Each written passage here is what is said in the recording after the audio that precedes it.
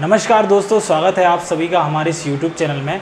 आज इस वीडियो में पढ़ने वाले हैं इम्यूनिटी के बारे में। इम्यूनिटी क्या होती है, प्रतिरक्षा जो होती है वह क्या होती है, किस प्रकार हमारे शरीर में कार्य करती है, तो इसी विषय पर आज हम पढ़ेंगे।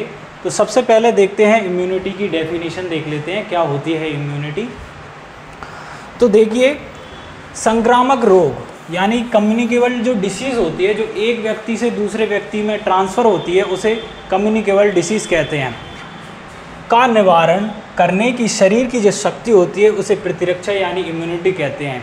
जो वायरल डिसीज़ और कम्युनिकेबल इन्फेक्शंस होते हैं उनको रोकने के लिए और डिस्ट्रॉय करने के लिए एक तंत्र होता है हमारी बॉडी में, जिसे इम्यूनिटी सिस्टम कहा जाता है, यानी कि प्रतिरक्षा तंत्र कहा जाता है। प्रतिरक्षा आपके शरीर की संक्रमण और बीमारी का विरोध करने और लड़ने की क्षमता है। यह आपकी प्रतिरक्षा प्रणाली यानी कि इम्यूनिटी सिस्टम द्वारा किया जाता है। आपकी प्रतिरक्षा प्रणाली कई विशेष घटकों से बनी होती है जो आपके शरीर में संभावित और हानिकारक विदेशी पदार्थ यहाँ क्या होता है आप देख सकते हैं। ये हमारा शरीर है, ये वायरस और बैक्टीरिया है जो कि हमारे शरीर को हार्मफुल पहुँचाता है, यानी कि हार्म करता है, हानि करता है।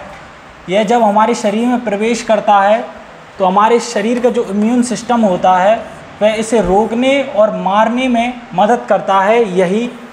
यह क्या होगा, यहाँ पर विदेशी पदार्थ हो गया और यह इम्यून सिस्टम हो गया, से बचाने के लिए मिलकर काम करती है। यह एक इम्यूनिटी की सिंपल डेफिनेशन हो गई है। तो आइए देखते हैं इम्यूनिटी कितने प्रकार की होती है।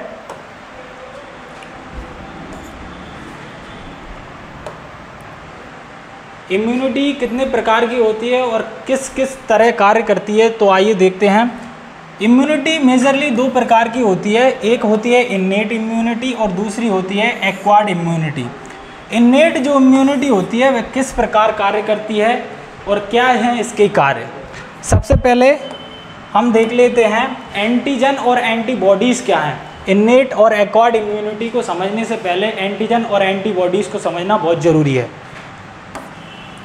सबसे पहले एंटीजन को देखते हैं। एंटीजन क्या होता है, जब शरीर में हानिकारक पदार्थ यानी कि पैथोजन हार्मफुल माइक्रो ऑर्गेनिज्म प्रवेश करता है तब एंटीजन इम्यून सिस्टम को उत्तेजित करता है और एंटीबॉडीज़ बनाने के लिए क्या करता है, इम्यून सिस्टम को उत्तेजित करता है। हमारा शरीर है, ये क्या है, शरीर में जब बाहरी पैथोजन या हार्मफुल माइक्रो ऑर्गेनिज्म प्रवेश करता है तो शरीर के अंदर एंटीजन क्या कार्य करता है, एंटीबॉडीज़ बनाने का प्रोडक्शन कराता है। एंटीबॉडी क्या है, एंटीबॉडीज़ को देखते हैं।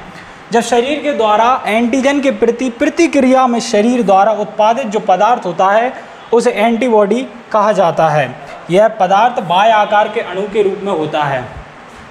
शरीर में जो प्रोडक्शन हो रहा है एंटीबॉडी का एंटीजन के प्रति प्रतिक्रिया से उसे एंटीबॉडी कहते हैं। तो आइए अब समझते हैं इन्नेट इम्यूनिटी क्या होती है, इन्नेट इम्यूनिटी किस प्रकार हमारे शरीर में कार्य करती है।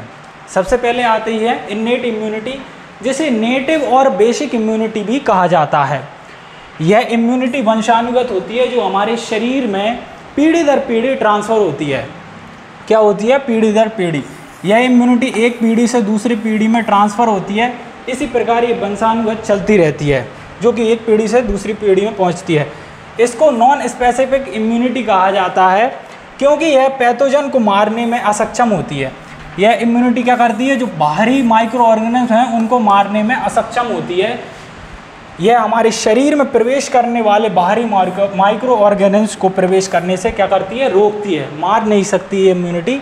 यह प्रतिरक्षा तंत्र की एक इम्यूनिटी है जो कि हार्मफुल पैथोजन्स को किल नहीं कर सकती बल्कि रोकती है। आइए अब देखते हैं इसका दूसरा पॉइंट जो कि एक्वायर्ड इम्यूनिटी है, वह किस प्रकार हमारे शरीर में कितने प्रकार की होती है और कैसे कार्य करती है।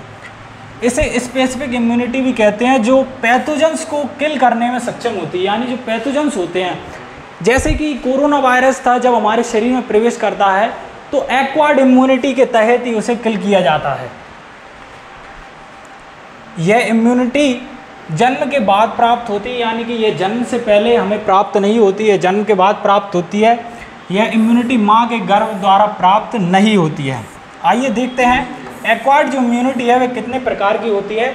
एक होती है सक्रिय यानी कि एक्टिव इम्यूनिटी और दूसरी होती है निष्क्रिय पैसिव इम्यूनिटी।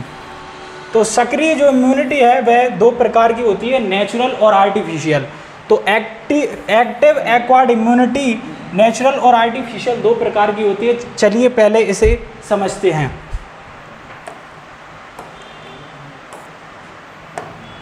सबसे पहले देखते हैं हम किस में देख रहे हैं, एक्वायर्ड इम्यूनिटी के एक्टिव वाले पार्ट को देख रहे हैं, जो कि एक्टिव इम्यूनिटी क्या होती है। जब से संक्रमित शरीर के अंदर एंटीबॉडी का उत्पादन होता है तो इस प्रतिरक्षा को एक्टिव एक्वायर्ड इम्यूनिटी कहते हैं। जब हमारे शरीर में कोई पैथोजन अंदर इंटर कर जाता है और शरीर द्वारा एंटीबॉडीज बनने लगती हैं, उसे एक्टिव एक्वायर्ड इम्यूनिटी कहा जाता है। यह जब विकसित होती है जब कोई व्यक्ति किसी बीमारी से पीड़ित होता है और बाहरी पैथोजन को मारने के लिए शरीर के अंदर एंटीबॉडीज प्रोड्यूस होने लगती हैं। मान लीजिए कोई व्यक्ति इन्फेक्टेड है, उसके अंदर अगर एंटीबॉडीज बन रही हैं बीमारी के बाद, तो इस इम्यूनिटी को एक्टिव एक्वायर्ड इम्यूनिटी कहा जाता है। यह दो प्रकार की होती है, नेचुरल और आर्टिफिशियल। तो आइए देखते हैं इसका पहला part, natural active acquired immunity क्या होती है। सबसे पहले देखते हैं नेचुरल यानी कि प्राकृतिक जो होती है, इसमें एक्टिव के अंदर नेचुरल वाला अपन देख रहे हैं।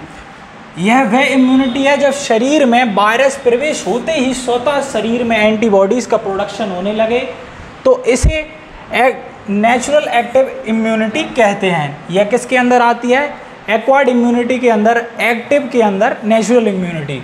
आइए देखते हैं आर्टिफिशियल एक्टिव एक्वायर्ड इम्यूनिटी क्या होती है।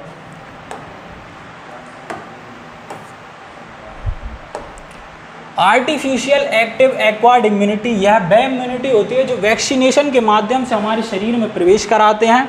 इस इम्यूनिटी का प्रयोग हानिकारक वायरस और रोगों से लड़ने की क्षमता को बढ़ाने के लिए किया जाता है।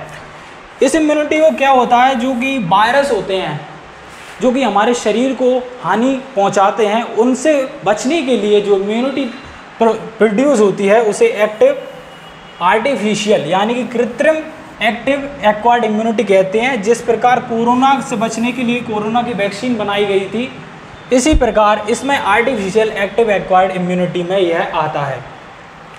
तो एक्टिव एक्वायर्ड इम्यूनिटी हमारी हो चुकी है। आइए देखते हैं पैसिव एक्वायर्ड इम्यूनिटी क्या होती है। अभी तक हमने समझा एक्टिव एक्वायर्ड इम्यूनिटी के अंदर नेचुरल और आर्टिफिशियल। अब हम समझेंगे पैसिव के अंदर आने वाले नेचुरल और आर्टिफिशियल इम्यूनिटी क्या होती है।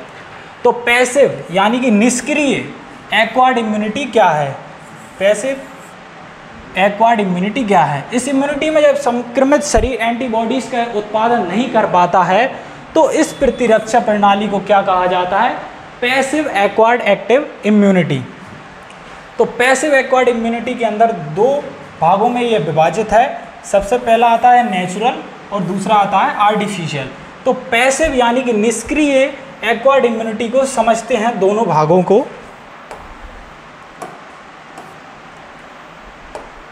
तो आइए देखते हैं नेचुरल पैसिव एक्वायर्ड इम्यूनिटी क्या है। यह वह इम्यूनिटी होती है जो मां के द्वारा बच्चों में पहुंचाई जाती है। जब बच्चा रोगों से लड़ने में असमर्थ होता है, तो मां के द्वारा दूध व बच्चा जब गर्भ में होता है, तो प्लेसेंटा के माध्यम से बच्चे में एंटीबॉडीज पहुंचाई जाती हैं। जब बच्चा क्या होता है, रोगों से लड़ने में असमर्थ होता है और बीमारियों से नहीं लड़ पाता है, तो मां के द्वारा प्लेसेंटा के माध्यम से गर्भ में ही एंटीबॉडीज पहुंचाई दी जाती हैं, जिससे बच्चा बीमार और रोगों से लड़ पाता है। भ्रूण में शिशु को एंटीबॉडी भेजी जाती है। यह नेचुरल पैसिव एक्वायर्ड इम्यूनिटी हो चुकी है। आइए अब देखते हैं एक्वायर्ड इम्यूनिटी के अंदर आने वाले पैसिव में आर्टिफिशियल एक्वायर्ड इम्यूनिटी क्या होती है। तो देखते हैं आर्टिफिशियल पैसिव एक्वायर्ड इम्यूनिटी क्या है। इस इम्यूनिटी को बाहरी रूप से इंजेक्शन के माध्यम से शरीर में प्रवेश कराया जाता है। इंजेक्शन के माध्यम से इम्यूनिटी को सक्रिय किया जाता है। जैसे सांप के काटने पर एंटीसेरा नामक इंजेक्शन दिया जाता है। जब शरीर में सांप काट लेता है तो शरीर स्वतः ही उसकी एंटीबॉडीज़ नहीं बना पाता, जिससे इमरजेंसी कंडीशन में एंटीसेरा नामक इंजेक्शन देकर बॉडी में ऐसी एंटीबॉडीज़ डेवलप करवाएं जो उसके विष को निष्क्रिय कर दें। तो यह क्या हुआ है, आर्टिफिशियल पैसिव एक्वायर्ड इम्यूनिटी। तो आइए देखते हैं इस इम्यूनिटी के बारे में आप समझ गए होंगे।